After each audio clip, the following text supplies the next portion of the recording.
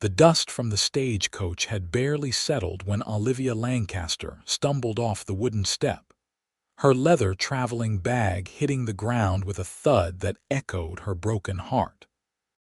She found herself standing in the middle of Nevada, Missouri, a town that looked exactly like the dozens of other frontier settlements she had passed through on her journey westward in the summer of 1873. Yet this one would become the place where everything changed. The letter, crumpled in her gloved hand, felt like it weighed more than all her earthly possessions combined. And as she walked toward the small hotel at the end of the dusty Main Street, tears began streaming down her cheeks, despite her best efforts to maintain the composed demeanor expected of a young woman of 22 years.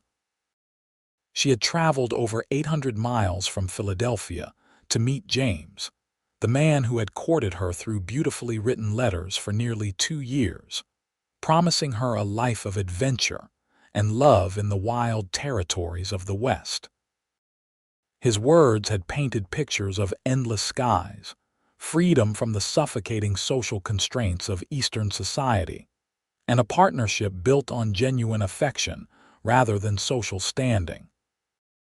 Olivia had believed every word, had defended her decision to her scandalized family, had packed up her entire life into 3 bags and boarded that westbound train with her heart full of hope and dreams. The letter she clutched now, received just this morning at the last depot before Nevada, shattered all of those dreams into jagged pieces that cut deeper than any physical wound ever could. James had written to inform her that he had married someone else 3 weeks prior, a local rancher's daughter whose father owned half the county and could provide him with the financial security and social standing he needed to build his business. He apologized for the inconvenience and hoped she would understand that sometimes practical considerations had to outweigh matters of the heart.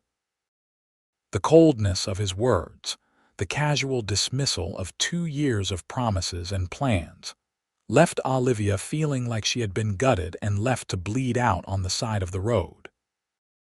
She had nowhere to go, limited funds after spending most of her savings on the journey, and the humiliation of returning home to face her family's inevitable judgment felt worse than staying in this unknown town where nobody knew her story. Olivia found a bench outside the general store and sat down heavily, no longer caring about propriety or what the townspeople might think of a young woman weeping openly in public. The letter fell from her fingers onto the wooden planks, and she buried her face in her hands as sobs racked her body. Everything she had believed about love, about trust, about building a future with someone felt like nothing more than a cruel joke. How could she have been so foolish to believe in words written on paper by a man she had never actually met in person? Her mother had warned her, her sisters had called her reckless and naive, but Olivia had been so certain that James was different, that their connection transcended the physical distance between them. The sound of boots on wood made her look up through tear-blurred eyes. A tall man stood a few feet away, his broad-brimmed hat casting a shadow across his face in the afternoon sun. He held the letter she had dropped, and for a moment, Olivia felt a flash of embarrassment that a stranger had witnessed her breakdown. Then she noticed he was not reading it, just holding it out to her with a kind of gentle respect that surprised her. When he tilted his head and the sunlight hit his features, she saw a face weathered by sun and wind, probably in his mid-20s, with dark hair that curled slightly at his collar and eyes the color of amber honey. "I believe you dropped this, miss," he said, his voice carrying the slow drawl of someone who had grown up speaking carefully and meaning every word. When she did not immediately reach for it, he set it gently on the bench beside her and took a step back, giving her space. "I did not read it, but I can see it brought you nothing but pain. Sometimes letters can be the cruelest weapons because they let cowards say things from a distance they would never have the courage to speak to your face. Olivia wiped her eyes with the back of her hand, trying to compose herself and failing miserably. It was from someone I thought I knew, someone I thought I would be marrying. I traveled all this way only to discover he chose someone else, and could not even be bothered to tell me before I made the journey. I am stranded here with barely enough money to survive a month. No family, no prospects, and apparently no judgment whatsoever when it comes to trusting people. The cowboy was quiet for a long moment, and Olivia expected him to make his excuses and leave like any sensible person would when confronted with a stranger's emotional crisis. Instead, he sat down on the bench, keeping a respectful distance between them, and removed his hat to hold it in his hands. His profile showed a strong jaw and a nose that looked like it had been broken at least once, and there was a scar along his cheekbone that spoke of a life that had not been easy or sheltered. "Name is Mason Xerxes," he said, and Olivia almost laughed at the formal introduction given the circumstances, but something in his earnest manner stopped her. "I run a cattle ranch about 5 miles north of town with my younger brother. Been out here for 6 years now, and if I have learned anything about this territory, it is that letters can tell you what a person wants you to believe about them, but actions show you who they truly are. This man who wrote you that letter showed you exactly who he is, and while it hurts something fierce right now, better to know now than after you married him and built a life only to discover he was always looking for something better. That is supposed to comfort me?" Olivia asked, hearing the bitterness in her own voice but unable to soften it. "That I wasted 2 years of my life on someone who saw me as a backup plan." Mason turned to look at her directly, and there was something in his gaze that made her breath catch. It was not pity, which she could not have borne, but rather a deep understanding that spoke of his own experiences with disappointment and betrayal. "No, I reckon that provides no comfort at all right now. But what I am saying is that you get to write yourself a new story starting from this moment. That letter, that man, all those plans you made based on his promises, they are done now. You are free to decide what comes next, and nobody gets to write that story but you. Except I have no money, no place to stay beyond a few nights, no connections in this town," Olivia said, feeling the panic rising in her chest as the reality of her situation became clearer. "I spent everything I had getting here because I believed I was coming to start my life. Instead, I am stranded in the middle of nowhere with nothing."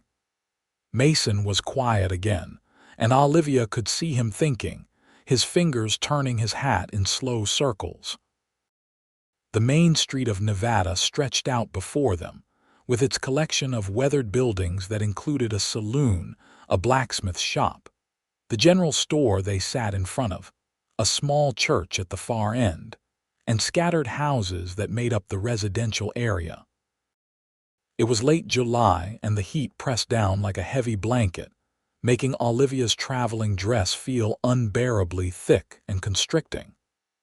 A few townspeople passed by, casting curious glances at the tear-stained stranger and the cowboy sitting beside her, but Mason seemed unbothered by the attention. "Here is what I am thinking," he finally said, his voice still carrying that careful, measured quality. "My brother Samuel and we are doing well with the ranch, but we could use help with the household side of things. Cooking, managing supplies, that sort of work. Our mother passed 4 years back and neither of us has much skill in keeping a proper home. The house is big enough that you would have your own room, completely separate and private. The pay would not be much to start, but it would be enough to build up some savings and give you time to figure out what you want to do next. If you wanted to save up enough to go back east, you could do that. Or if you decided to stay and build a life here, you would have the time and stability to make that choice on your own terms." Olivia stared at him, trying to process whether this stranger was offering her genuine help or if this was some kind of trap. She had already proven herself to be a terrible judge of character when it came to James, so how could she trust her instincts now? "Why would you help me? You do not know me at all. I could be anyone, could steal from you or cause problems." Mason met her gaze steadily. "You could, that is true. But I have been watching people for a long time, and I see someone who had the courage to leave everything familiar behind to chase something she believed in. That takes a kind of strength most people do not have. Also, you are crying over a broken promise, which tells me you are someone who values integrity and keeping your word. Those are qualities worth respecting. As for why I would help, well, my mother raised me to believe that we are all just passing through this life, and the least we can do is help each other along the way when we can. She would have been the first person to offer you a place to stay and a way to get back on your feet, so I figure I am just doing what she would have done." The sincerity in his voice broke through some of Olivia's defensive walls. She looked down at the crumpled letter beside her, at the words that had destroyed her carefully constructed dreams, and then back at this cowboy, who had appeared seemingly out of nowhere to offer her a lifeline when she desperately needed one. "I do not know anything about running a ranch household," she admitted. "I grew up in Philadelphia. I know how to manage servants and plan dinner parties, but I have never cooked a meal over a fire or dealt with ranch supplies." "That is all right," Mason said, and there was the hint of a smile at the corner of his mouth. "I reckon we can teach you what you need to know. The important thing is being willing to learn and work hard, and something tells me you have both of those qualities in abundance. What do you say? Will you let me help you write a new story? One where you are not stranded and helpless, but building something on your own terms?" The echo of his earlier words about writing a new story resonated somewhere deep in Olivia's chest. She had come west looking for a fresh start, for freedom from the rigid expectations of her Philadelphia social circle, for a chance to be something more than just an ornament in someone's carefully curated life. James had been the excuse she had used to make that leap, but maybe the real journey had been about her own transformation all along. Taking a job as a housekeeper on a ranch was not what she had envisioned when she boarded that train, but it was honest work, and it gave her the independence she had been seeking, just in a different form than expected. "All right," she said, surprised by the steadiness in her own voice. "I accept your offer, Mr. Xerxes, but I want to be clear that this is a business arrangement. I will work hard and earn my keep, and I expect to be treated with respect. Would not have it any other way, miss." He paused, realizing he did not know her name. Lancaster. Olivia Lancaster. Mason stood and offered his hand to help her up. When she placed her hand in his, she felt the calluses that spoke of years of hard physical labor, but also a gentleness in how he helped her to her feet that suggested he knew how to temper strength with care. "Well then, Miss Lancaster, let me help you get your bags and we will head out to the ranch. Samuel should be back from checking the north pasture by now, and we can get you settled in before supper. Fair warning, the food will not be anything fancy. We mostly eat whatever we can cook without burning, which limits our options considerably." Despite everything, Olivia found herself almost smiling at that. She gathered her composure, picked up her traveling bag, and followed Mason to collect her other 2 pieces of luggage from where the stagecoach had dropped them at the depot. The hotel keeper came out to ask if she still needed her room, and when she explained that her plans had changed, he looked relieved not to have to deal with a distraught young woman. Mason loaded her bags into a sturdy wagon hitched to 2 horses, then helped her up onto the bench seat before climbing up beside her. As they left Nevada behind and headed north along a dirt road that cut through open grassland dotted with wildflowers, Olivia felt the tightness in her chest begin to ease slightly. The landscape stretched out in all directions, vast and open in a way that still felt foreign to someone raised among Philadelphia's narrow streets and tall buildings. The sky seemed impossibly large, a brilliant blue expanse interrupted only by a few wispy clouds drifting lazily overhead. The heat was intense, but there was a breeze that carried the scent of prairie grass and earth. And for the first time since receiving James's letter, Olivia felt like she could breathe properly. "It must seem like the middle of nowhere to someone from the city," Mason said, his eyes on the road ahead as he guided the horses with easy competence. "When I first came out here from Tennessee, I thought I had fallen off the edge of the world. Everything was so flat and empty compared to the mountains and valleys I grew up with. But after a while, you start to see it differently. All this space means freedom, means you can be whoever you want to be without everybody watching and judging every move you make. That is what I was hoping to find when I decided to come west," Olivia admitted, watching a hawk circle overhead. "I wanted to escape all the expectations and rules that governed every aspect of my life back home.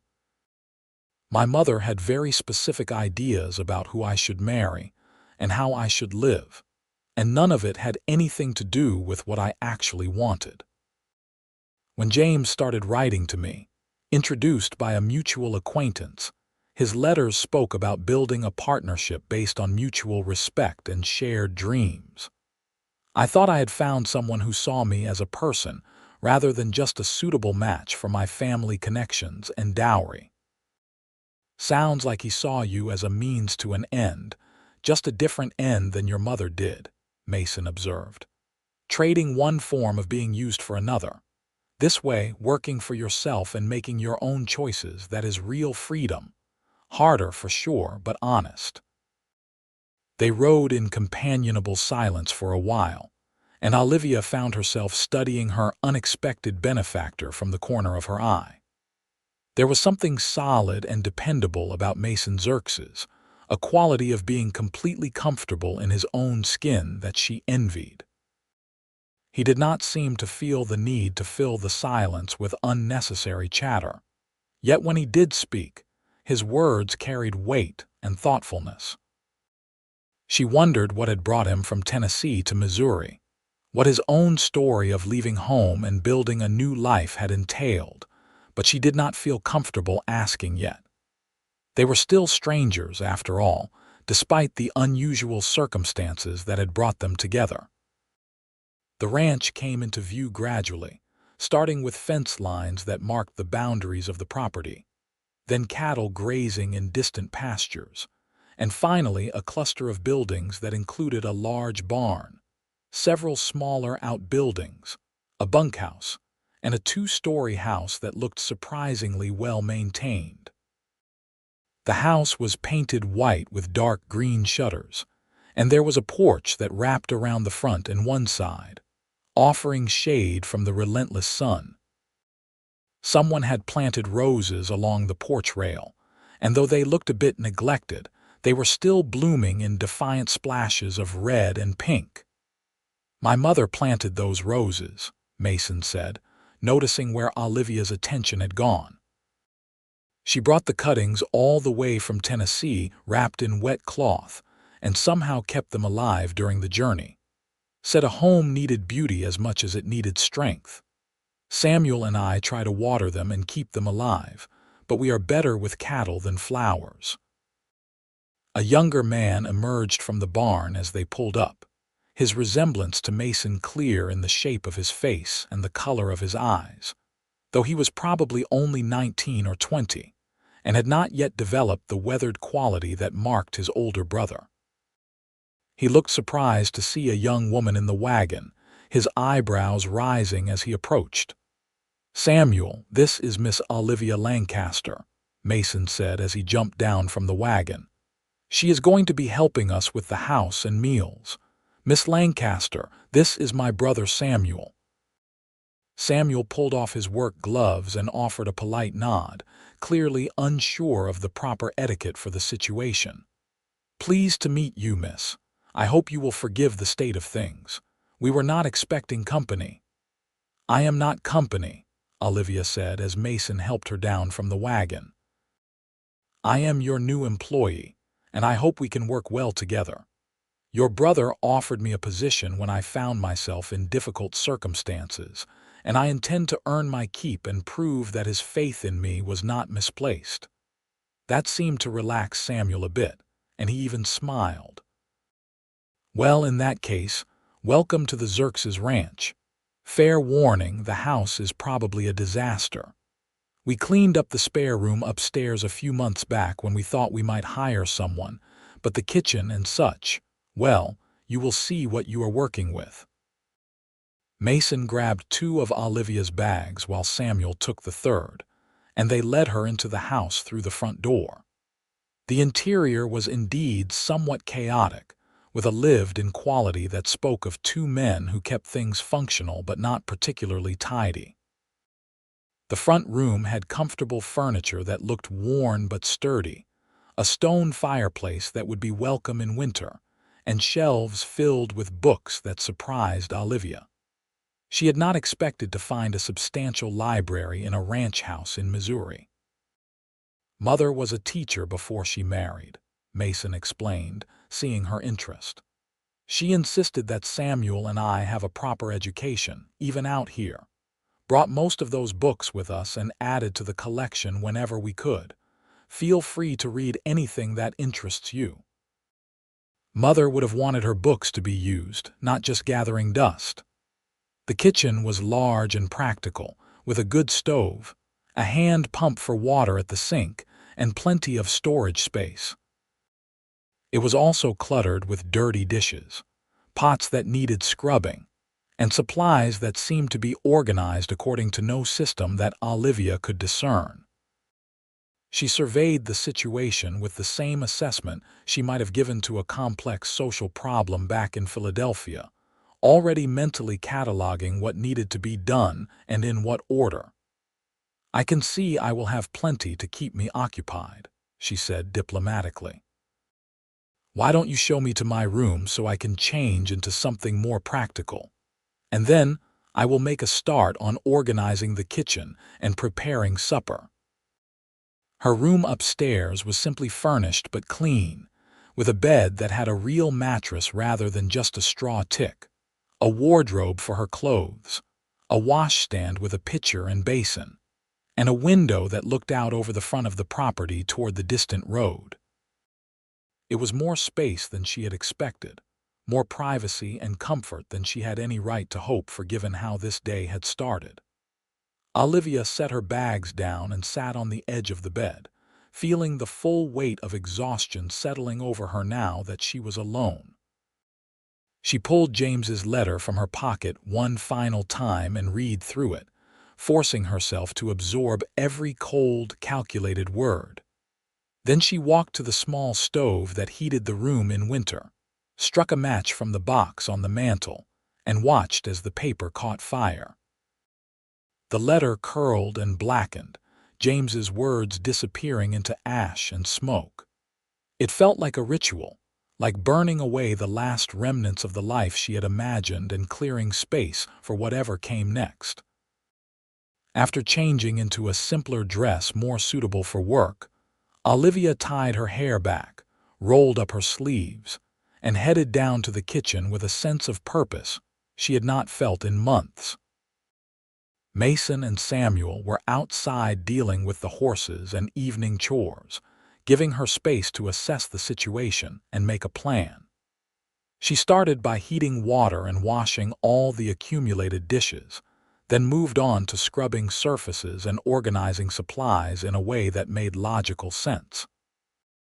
In one of the cupboards, she found a collection of recipes written in a neat, feminine hand, presumably by the late Mrs. Xerxes, and Olivia felt grateful for this unexpected guidance. By the time the brothers came back in, She had a simple but substantial meal prepared of fried potatoes, beans, cornbread, and coffee. It was nothing fancy, nothing like the elaborate multi-course dinners she had been raised with, but it was hot and filling and represented her best effort with unfamiliar ingredients and equipment. Mason and Samuel both looked genuinely surprised and pleased when they sat down at the kitchen table that was now cleared and properly set. "Miss Lancaster, this is the best meal we have had in this house since Mother passed," Samuel said after his first few bites.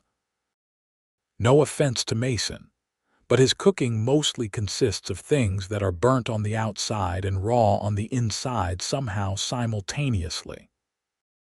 "I do not deny that accusation," Mason said, and there was warmth in his voice that made Olivia feel like maybe, just maybe, this strange new arrangement might actually work.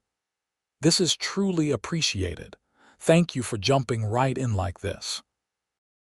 "I said I would earn my keep," Olivia replied, feeling some of her natural confidence returning. "Though I confess, I found your mother's recipe book and relied heavily on her guidance. I am not naturally skilled in the kitchen, but I am capable of following instructions when they are clearly written." They ate together as the sun set outside, painting the sky in shades of orange and purple that seemed impossibly vibrant. The brothers told her about the ranch, about the cycle of seasons and work that governed their lives, about the challenges of building something lasting in territory that could be harsh and unforgiving. Olivia listened and asked questions, beginning to understand the rhythms of this new world she had stumbled into. Neither Mason nor Samuel pressed her for details about what had brought her to Nevada, or why she had been crying on that bench, respecting her privacy in a way that felt like genuine kindness. That first night, lying in her narrow bed and listening to the unfamiliar sounds of the prairie through her open window, Olivia felt something she had not expected to feel. Not happiness exactly, not yet, but perhaps the possibility of happiness. The day had started with her world falling apart, with every plan and dream she had carefully constructed crumbling to dust. But somehow she had landed here, in this unlikely place with these unexpected people, and maybe Mason had been right. Maybe she did get to write herself a new story, one that was entirely her own. The days that followed established a routine that Olivia found surprisingly satisfying. She woke early with the sun, prepared breakfast for the three of them, and then spent her days managing the household in ways she had never done before, but discovered she had a talent for. The physical nature of the work was exhausting at first, her hands blistering from tasks she had never performed, her body aching from labor she was not accustomed to. But there was also a direct satisfaction in seeing tangible results from her efforts, in transforming the chaotic house into an organized, comfortable home, in preparing meals that nourished and pleased the men who worked so hard outside.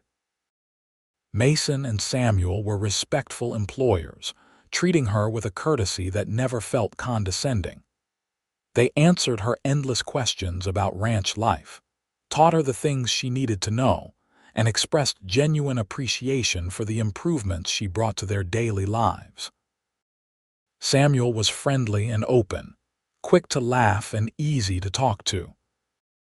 But it was Mason who Olivia found herself watching when she thought he was not looking, studying the way he moved with unconscious grace, the way he spoke to his horses with more patience than he showed most people, the way his rare smiles transformed his serious face into something unexpectedly handsome. She told herself it was just gratitude, that any positive feelings she developed toward Mason were simply because he had helped her when she desperately needed it. She reminded herself that she had just had her heart broken by someone she thought she knew, and jumping into any kind of emotional attachment so quickly would be foolish and reckless. But her heart, apparently, was not particularly interested in logical arguments. It noticed when Mason went out of his way to bring her wildflowers for the kitchen table, saying the house looked too bare without something pretty in it. It paid attention when he asked about her day and actually listened to her answers with full attention. It skipped a beat when their hands accidentally touched reaching for the same plate, and she saw something flash in his eyes that suggested she was not the only one feeling this unexpected pull. 3 weeks after her arrival, Mason asked if she would like to ride out with him to check on the cattle in the eastern pasture. Samuel could handle things around the homestead for a few hours, and Mason thought she might enjoy seeing more of the property. Olivia agreed, partly because she was curious and partly because she welcomed any chance to spend time with Mason away from the house, and Samuel's knowing glances that suggested her growing feelings were not as hidden as she hoped. Mason saddled a gentle mare for her and showed her the basics of riding Western style, which was different from the formal English riding she had learned as a girl. Once she felt reasonably secure, they set out across the grassland at an easy pace that allowed them to talk. The late August morning was already warm but not yet oppressive, and the sky was clear except for some clouds building on the far horizon. "How are you settling in?" Mason asked once they were away from the ranch buildings. "Has it been what you expected?" "I had no expectations," Olivia admitted. "But I find I enjoy the work more than I thought I would. There is something deeply satisfying about doing things with my own hands, about seeing direct results from my efforts." Back in Philadelphia, I spent my days planning events and making social calls, all of which felt rather pointless in hindsight. Here, when I organize the pantry or prepare a good meal or mend a shirt, I can see that it matters. It serves a real purpose. Mother used to say similar things, Mason reflected. She loved teaching, loved feeling like she was building something important by educating children. When we came out here and she had to give that up, I think she struggled at first. But then she found ways to make this life meaningful too. She taught Samuel and me, obviously, but she also taught some of the neighbor children when their parents would bring them over.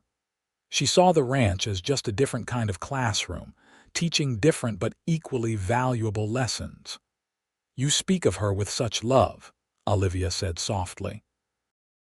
"It must have been terribly hard to lose her." Mason was quiet for a moment, his eyes fixed on the horizon. "She got pneumonia one winter and never recovered. Samuel and I did everything we could, but this territory does not exactly have the best medical care available. Watching her fade away, knowing we could not save her, that was the hardest thing I have ever been through. She made me promise to look after Samuel, to make sure he finished his education and had opportunities to build a good life. I try to honor that promise every day." They rode in silence for a while, the only sounds the rhythmic thud of hooves on earth and the constant wind moving through the grass. Olivia found herself thinking about promises, about the ones James had broken so casually, and the ones Mason took so seriously. The contrast between the two men could not have been more stark. James had written beautiful words but proven them empty when tested.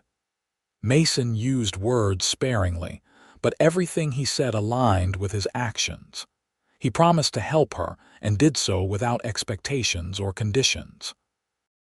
He promised his dying mother to care for his brother and built his entire life around honoring that commitment. "Can I ask you something?" Olivia said, surprising herself with her boldness. "Why have you never married? You are clearly capable of deep loyalty and affection. You have a successful ranch. You would be considered quite a catch by any reasonable standard. Yet you are still unattached." Mason glanced at her with an expression she could not quite read, something between amusement and uncertainty. "That is a rather personal question, Miss Lancaster. "You can call me Olivia," she said. "I think we have moved past such formality given that we share a house and meals every day. And you are right, it was too personal. I apologize.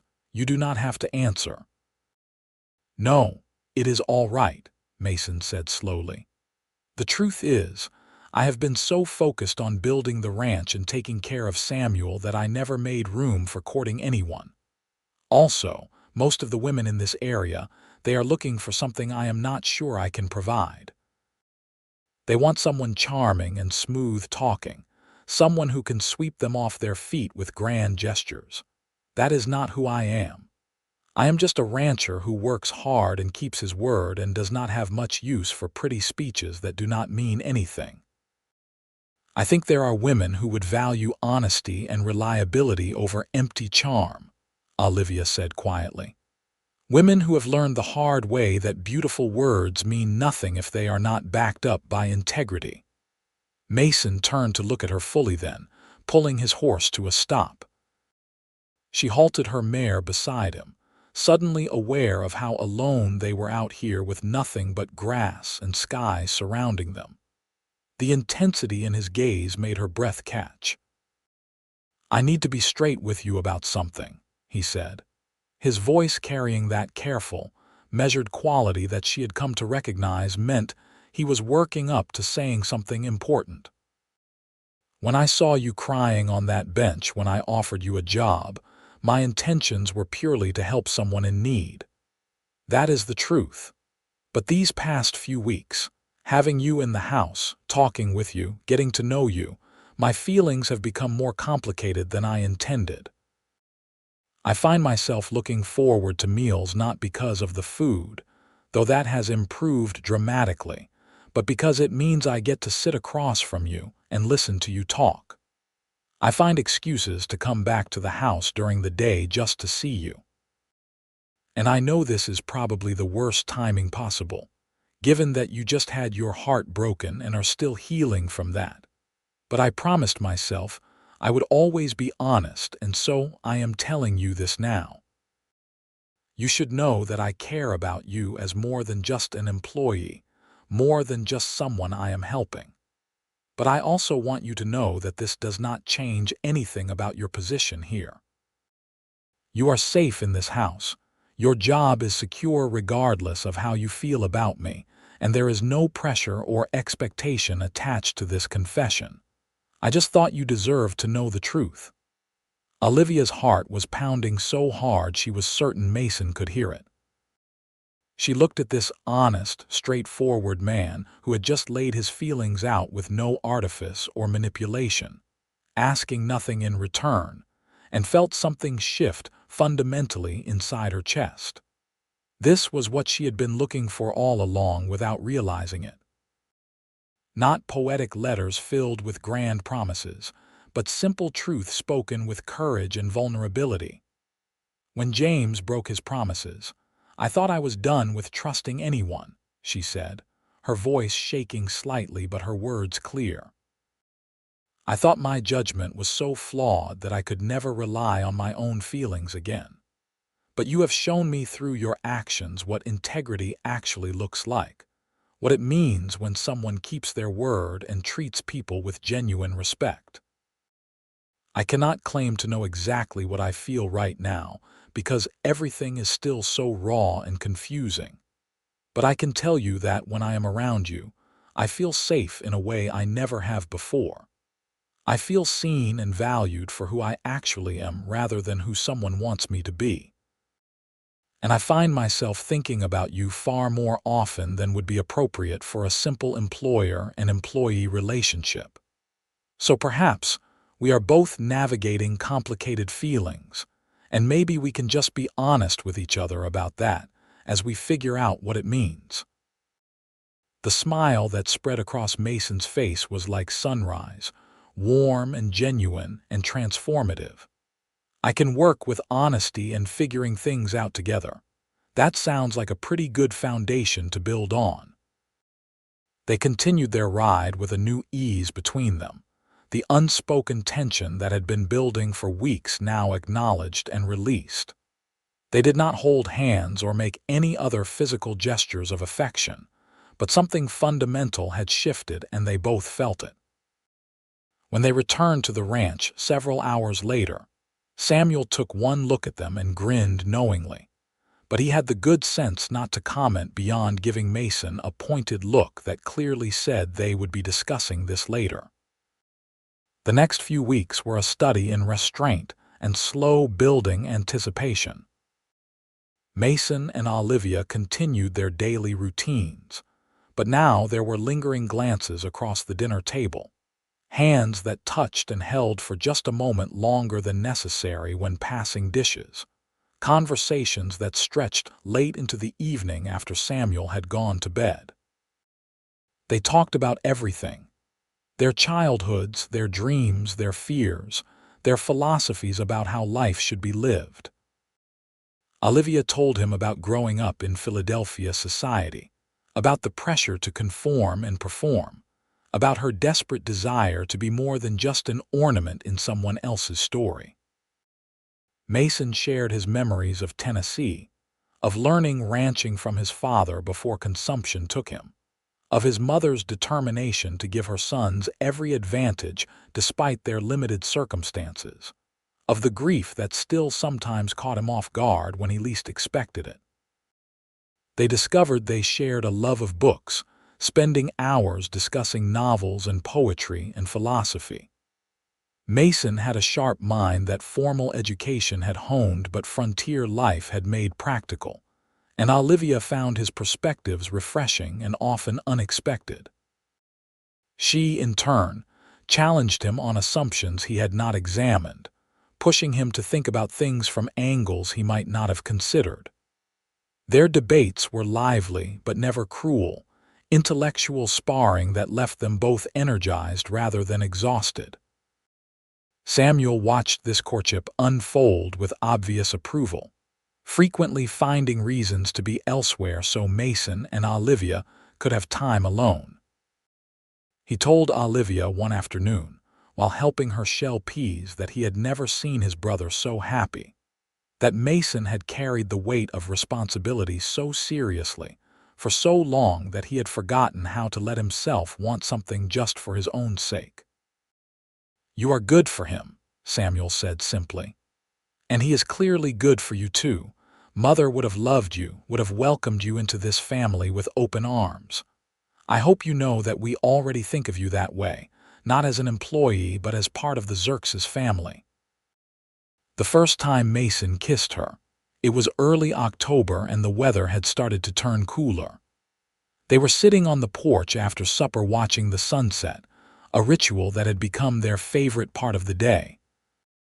The sky was ablaze with color, orange and pink and purple layered like silk, and Olivia had just finished telling him a story about a disastrous dinner party her mother had hosted when she was 16. She was laughing at the memory, her head thrown back and her face alight with genuine joy, when she turned and found Mason watching her with such tender intensity that her breath caught. "What?" she asked softly, suddenly self-conscious. "You are beautiful when you laugh," he said simply. "You are beautiful all the time, but especially when you laugh because it lights you up from the inside. I love seeing you happy like this." Olivia felt tears prick her eyes, but they were good tears, healing tears. "You make me happy." "I did not think anyone would be able to do that again so soon after everything fell apart. But you showed me that James breaking his promises was not the end of my story, just the end of a chapter I needed to close anyway.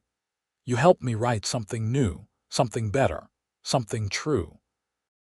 Mason reached out and cupped her face gently in his calloused hand, his thumb brushing away a tear that had escaped. "Can I kiss you?" he asked, because even now he asked permission, respected her agency, made sure she wanted this as much as he did. "Yes," she whispered, and then his lips were on hers, gentle at first and then deeper, one hand tangling in her hair while the other pulled her closer. The kiss tasted like coffee and possibility, felt like coming home and launching into adventure simultaneously.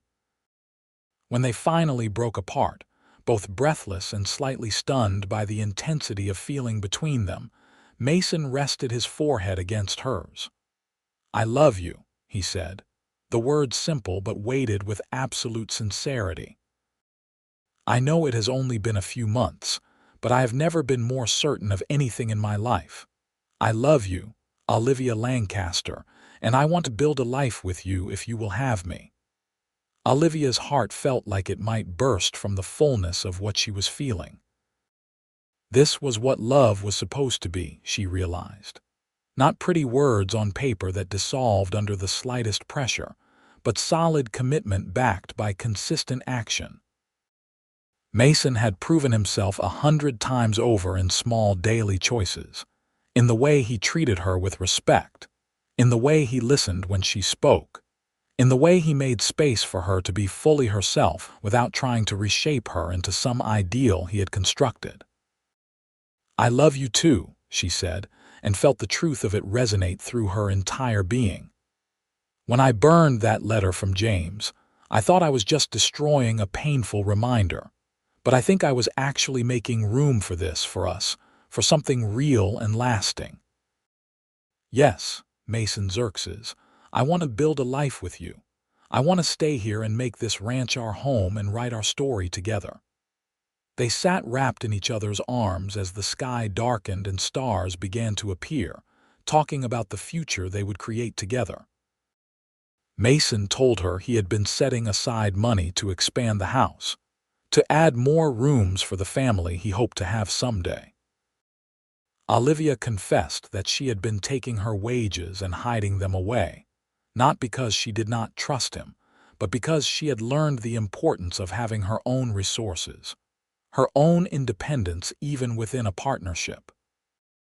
Mason understood completely, even insisted that when they married, her money would remain hers to do with as she wished, that he wanted her to always have the security of knowing she chose to be with him rather than needed to be with him.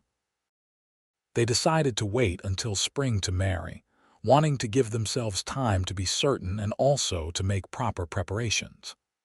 Olivia wanted to write to her family, to extend an olive branch and invite them to the wedding even though she was not sure they would come.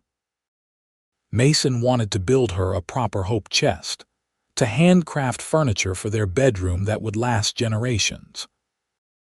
They wanted to savor this time of anticipation, of planning and dreaming together, of building the foundation for their marriage with the same care and attention they brought to everything else. Winter came to Missouri with cold wind and occasional snow, and the rhythm of ranch work shifted to match the season. Olivia discovered she loved the coziness of the house during winter evenings. The three of them gathered around the fireplace with books or conversation, the sense of being safe and warm while the wind howled outside. She and Mason stole kisses in the kitchen while Samuel was out doing chores, held hands under the dinner table like teenagers, spent hours talking quietly in front of the dying fire after Samuel had gone to bed. In December, a letter arrived from Philadelphia. Olivia's hands shook as she opened it, afraid of what judgment and recrimination it might contain. But her youngest sister Clara had written with surprising warmth, saying that while the family had been shocked by Olivia's sudden employment at a cattle ranch, they were more concerned with her happiness than her social standing. Their mother was slowly coming around to the idea that Olivia had found her own path, especially after Clara had told her about the letters Olivia had sent describing her new life. Clara asked if the proposal Olivia had mentioned was imminent, and if so, could she possibly come for the wedding because she desperately wanted to meet this cowboy who had captured her sister's heart so completely. Olivia cried as she read the letter aloud to Mason and Samuel, overwhelmed by the unexpected acceptance and support. Mason held her and promised they would pay for Clara's passage if she wanted to come in the spring, that any member of Olivia's family who was willing to make the journey would be welcomed with open arms. The gesture meant more to Olivia than he probably realized, this willingness to embrace her past while building their future together. Christmas that year was simple but perfect. Olivia baked more cookies and pies than 3 people could possibly eat, decorated the house with pine boughs and holly berries, and found a way to make the ranch house feel festive, despite its rough frontier setting. Mason and Samuel surprised her with a beautiful wooden rocking chair they had secretly built in the barn, perfect for sitting on the porch during summer evenings or by the fire in winter. Olivia gave them each scarf she had knitted, her first attempt at the craft resulting in somewhat irregular but undeniably warm accessories. They laughed together at her uneven stitches, but both men wore their scarves with pride, touched by the effort and care she had put into the gifts. On Christmas night, after Samuel had gone to bed, Mason gave Olivia a small box wrapped in brown paper. Inside was a ring, simple but beautiful, a gold band with a small diamond that caught the firelight and sparkled. "It was my grandmother's," Mason explained. "Mother gave it to me before she passed, said I should save it for someone special. I cannot think of anyone more deserving of it than you. Olivia Lancaster, will you marry me? Will you be my wife and partner and the person I build this life with?" "Yes," Olivia said through happy tears. "Yes, absolutely yes." She kissed him with all the love and joy and certainty in her heart, and when he slipped the ring onto her finger, it fit perfectly. They stayed up long into the night making plans, talking about the wedding they would have in May when the weather would be warm and the prairie would be covered in wildflowers. They talked about children they hoped to have, about improvements they wanted to make to the ranch, about the life they would build together brick by brick and day by day. Winter gave way to spring gradually, the frozen earth thawing and green shoots beginning to appear. Mason and Olivia continued their courtship with the same intentional care they had brought to it from the beginning, building intimacy slowly and thoroughly. They talked about everything, including the practical and sometimes difficult aspects of marriage, wanting to enter into their union with clear eyes and honest expectations. Olivia insisted on learning more about the ranch operation itself, wanting to understand the business side of their life so she could be a true partner rather than just a housekeeper. Mason taught her about cattle prices and market conditions, about managing grazing land and planning for drought, about all the complexities that went into running a successful ranch. Samuel, now 21 and increasingly restless, began talking about finding his own place eventually, about not wanting to be a third wheel once Mason and Olivia were married. But both Mason and Olivia insisted they wanted him to stay, that the ranch was big enough for all of them and any future children. They valued his presence, his help, his companionship, and they made sure he knew he was not just tolerated but genuinely wanted as part of their family.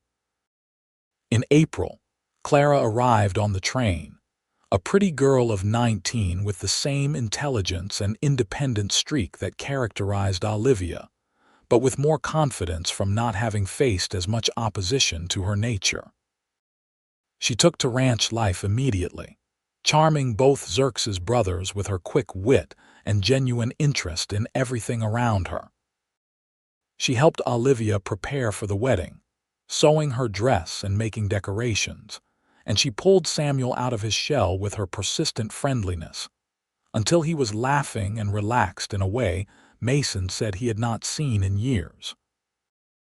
The wedding took place on a perfect May afternoon in 1874, almost exactly 9 months after Olivia had arrived in Nevada crying over a letter that had broken her heart.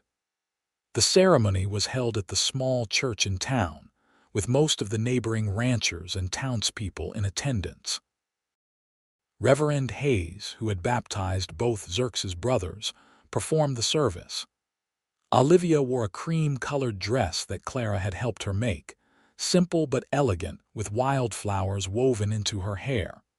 Mason wore his best suit, looking nervous and proud and happier than anyone had ever seen him. When the Reverend asked if anyone objected to the marriage, a moment of tension filled the church. Then Samuel stood and said loudly, "I object to how long this ceremony is taking when we all know these two are meant for each other and have been since the day they met. Can we speed this up so we can get to the celebration?" The church erupted in laughter, the tension broken, and even Reverend Hayes smiled as he moved quickly through the final parts of the ceremony. "I now pronounce you husband and wife," he finally said. "Mason, you may kiss your bride." And Mason did, with thorough enthusiasm that drew cheers and applause from the assembled crowd. When they broke apart, both flushed and grinning, Olivia looked out at the community that had become her home, at Clara beaming in the front row, at Samuel wiping away tears he would definitely deny later, at all the people who had welcomed her and supported this union. She thought about that letter she had burned about James and his calculated betrayal, and felt nothing but gratitude. His rejection had led her here, to this man and this life and this moment of perfect joy. The celebration afterward was held at the ranch, with tables set up in the yard, food contributed by seemingly everyone in the county, and dancing that went on until well after dark. Olivia danced with Mason, with Samuel, with neighboring ranchers, and even with Clara, who insisted on leading. When she finally found herself alone with her new husband as the party wound down and guests began departing, Mason pulled her close and whispered in her ear, "Are you happy, Mrs. Xerxes?" "Happier than I ever imagined possible," Olivia answered honestly. "You kept your promise. You helped me write a new story, one so much better than anything I could have planned for myself." "We wrote it together," Mason corrected gently. "That is how the best stories work. Two people choosing each other every day, building something that neither could create alone." Their first night as husband and wife was tender and sweet, both of them nervous despite having grown so close over the past months. But the connection they had built through honest communication served them well, and they discovered the physical intimacy between them was as natural and right as everything else in their relationship. Afterward, lying tangled together in the darkness, Mason traced patterns on Olivia's shoulder and talked about the future. "I want to build something lasting," he said quietly. "Not just the ranch, though that is important, but a family, a legacy, something that matters beyond just us. I want our children to grow up knowing they are loved and valued, that they have the freedom to become whoever they are meant to be. I want us to be the kind of partnership my parents had, where both people are equally important and respected." "That is exactly what I want too," Olivia said, pressing a kiss to his collarbone. "I want to raise children who know that promises mean something, that integrity matters more than convenience, that love is shown through consistent action rather than grand gestures. I want to build a home, a real home, where people feel safe and valued and free to be themselves." Clara stayed for 2 more weeks after the wedding before reluctantly returning to Philadelphia, promising to visit again and making Samuel promise to write to her. There was something sparking between them that both Mason and Olivia noticed, a potential romance that might bloom given time and opportunity. But that was a story for another day, for Clara to navigate on her own terms just as Olivia had done. The first year of marriage brought all the adjustments and challenges that any first year brings, but Mason and Olivia faced them with the same honest communication and mutual respect that had characterized their courtship. They argued occasionally about money or decisions about the ranch, or whose turn it was to deal with a particular chore. But they never went to bed angry, always talking through issues until they found solutions that worked for both of them. They discovered each other's quirks and habits, learned to read moods and needs, built the kind of intimate knowledge that only comes from choosing to truly see and know another person. By the following spring, Olivia was pregnant. The pregnancy was difficult at times, made more challenging by the limited medical care available in frontier Missouri. But Mason was attentive and supportive through every stage. He insisted she rest when she needed to, took over more household chores without complaint, and generally treated her like she was precious cargo. Samuel stepped up as well, learning to cook basic meals and manage household tasks, so Olivia did not have to do everything.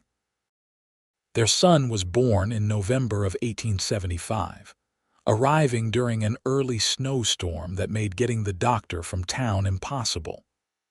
The local midwife, Mrs. Patterson, arrived just in time to help deliver a healthy baby boy with strong lungs and his father's dark hair. Mason held his newborn son with tears streaming down his face, marveling at the tiny perfect fingers and the miracle of this new life they had created together.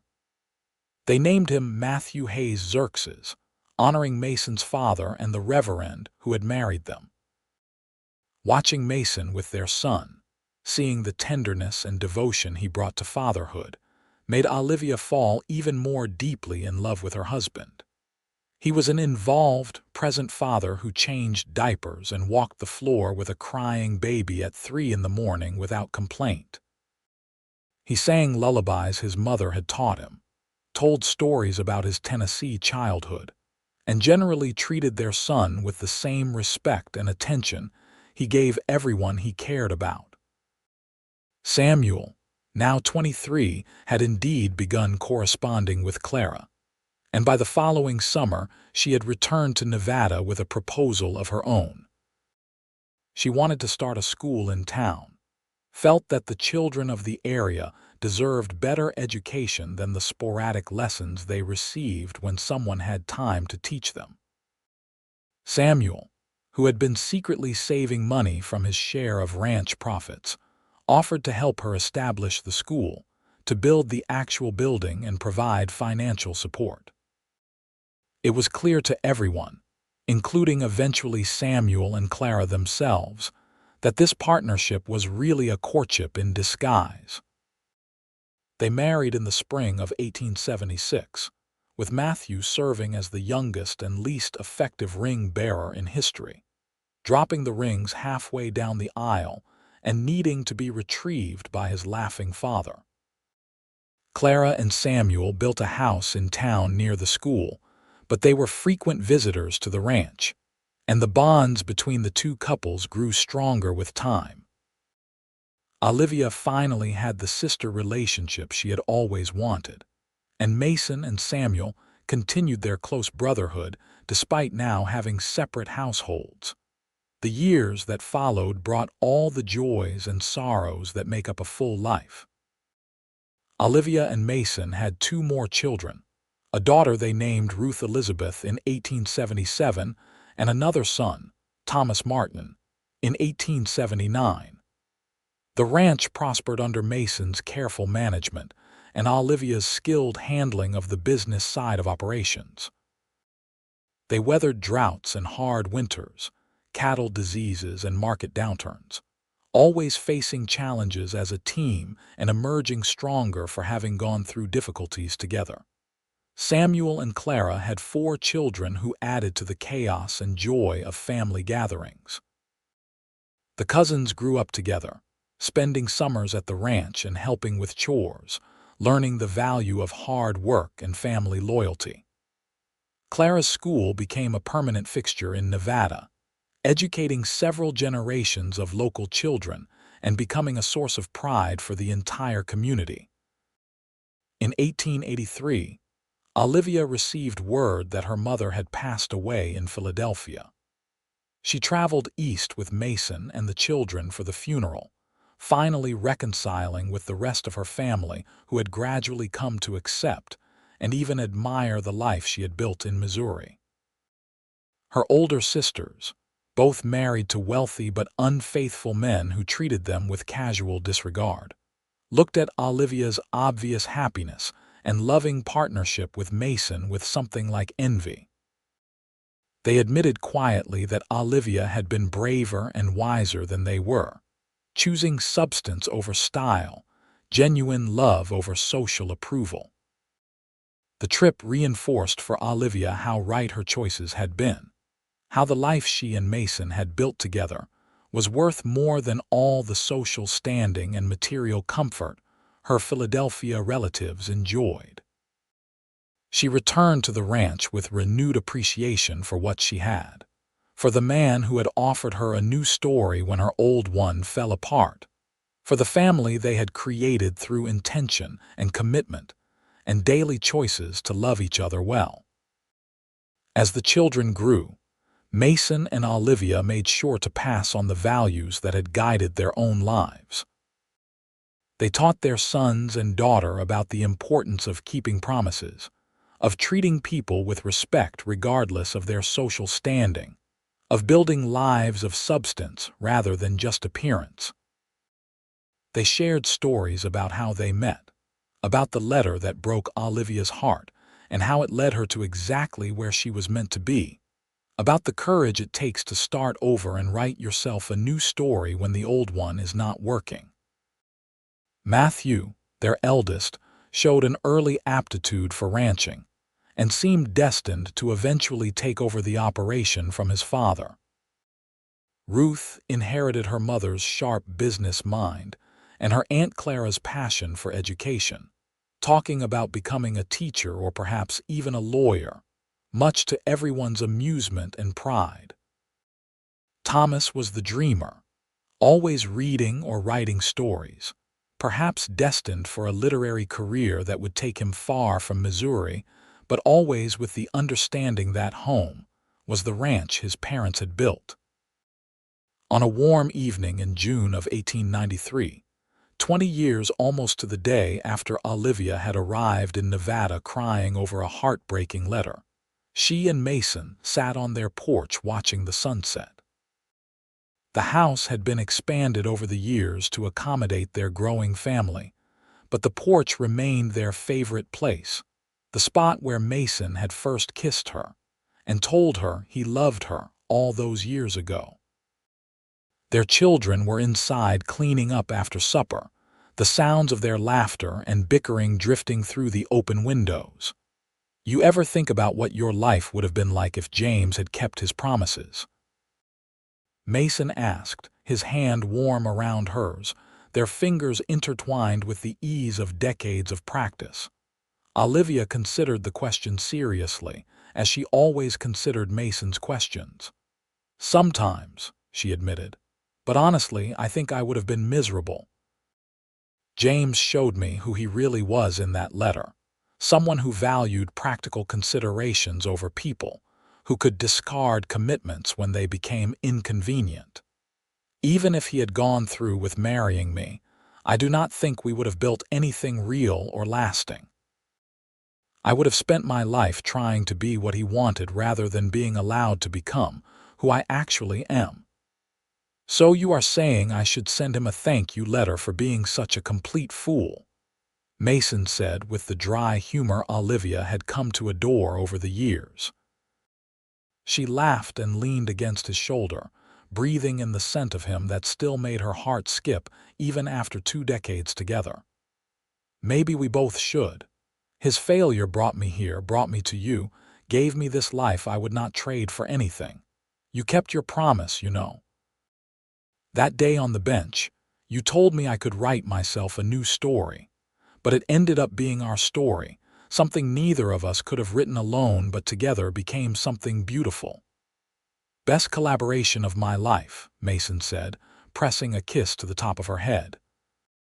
"Though I have to say, when I offered you that job, I never imagined it would lead to all this. A wife, 3 children, 2 decades of partnership, a life so full and rich it sometimes takes my breath away. I just wanted to help someone who was hurting." "That is who you are," Olivia said softly. "Someone who sees people in pain and wants to help, who believes in giving others chances to rebuild their lives. You did that for me, and I will spend the rest of my life being grateful for your kindness and your integrity and your love." They sat in comfortable silence as the sky darkened and stars began to appear, the same sky they had watched together countless times over the years, marking the passage of seasons and lives and love.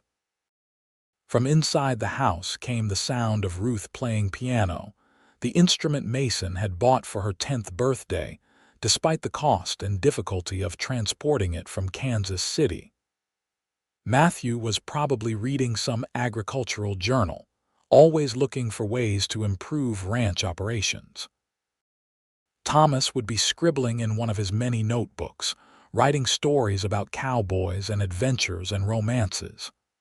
"I love you, Olivia Xerxes," Mason said, using her married name with the same pride he had used it for 20 years. "Every single day, I love you more than the day before." "That is the truth." "I love you too, Mason Xerxes," Olivia replied, her heart full to overflowing with gratitude and joy and the deep contentment that comes from building a life of meaning and purpose with the right person. "You helped me write the most beautiful story I could have imagined, one with a truly happy ending." "Not an ending," Mason corrected gently, echoing the conversation they had on their wedding night. "We are still writing it, still adding chapters. As long as we are together, the story continues." And that was the truth of it, Olivia realized. The letter that broke her heart had not been the end of her story, just a painful chapter that had to close so a better one could begin. Mason had offered her more than just a job or a place to stay that day on the bench. He had offered her partnership, respect, genuine love, and the freedom to become fully herself. Together they had written a story neither could have created alone, one filled with love and laughter, challenges overcome and joys celebrated, children raised and a community built, promises kept and commitments honored. As the years continued to unfold, as their children grew and eventually built their own lives, as Mason's hair turned gray and Olivia's face gained lines that mapped out decades of smiles and tears, they continued to choose each other every single day. They weathered losses, including Samuel's death from a heart attack in 1898 that devastated both of them, and left Clara a widow with grown children of her own. They celebrated victories, including Matthew's marriage to a neighboring rancher's daughter and Ruth's acceptance to a teaching college in Kansas City, and Thomas's first published story in a national magazine.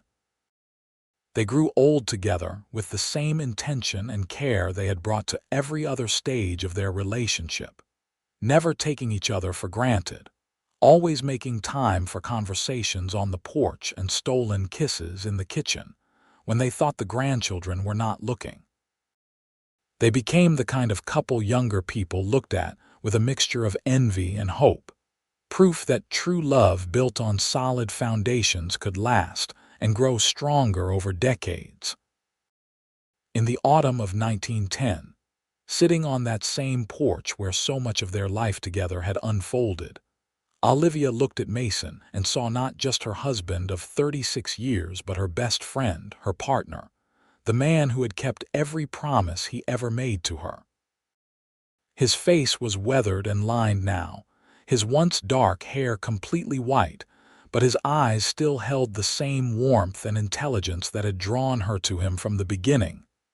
"Thank you," she said simply, "for everything, for seeing me when I was broken and offering me a chance to rebuild, for loving me so well for so long, for being exactly who you are without apology or pretense. Thank you for helping me write the most beautiful story possible." Mason took her hand, his grip still strong despite his age, and smiled with all the love and devotion of nearly 4 decades together. "It was always my honor and privilege, Olivia. Every single day. You are the best decision I ever made, the greatest gift I ever received. Thank you for saying yes to that job, yes to giving me a chance, yes to building this life together. Thank you for being my wife, my partner, my love." The sun set over the Missouri prairie, painting the sky in brilliant colors that seemed to celebrate the love story that had unfolded in this place.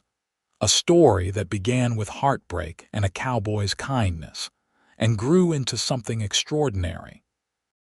Matthew and his wife and children lived in the expanded ranch house now, taking over operations while Mason and Olivia enjoyed a well-earned retirement. Ruth was teaching in Kansas City and writing progressive editorials about women's rights that made her father burst with pride. Thomas had published 2 novels and was working on a third, always crediting his parents' love story as his inspiration for believing in happy endings. As darkness fell and the stars emerged in their familiar patterns, Mason and Olivia remained on the porch, holding hands and counting their blessings, and knowing that the story they had written together was complete and beautiful and exactly what both of them had needed. The letter that broke Olivia's heart in 1873 was long forgotten, its ashes scattered to the wind decades ago. What remained was the truth they had built together, a love story that proved the right person at the right time with the right values could help you write a new story, one so much better than any you could have imagined on your own. And that, in the end, was the happiest of happy endings, the kind that comes from choosing each other every single day for a lifetime, from keeping promises and building trust and loving well through all the seasons of a long and beautiful life together.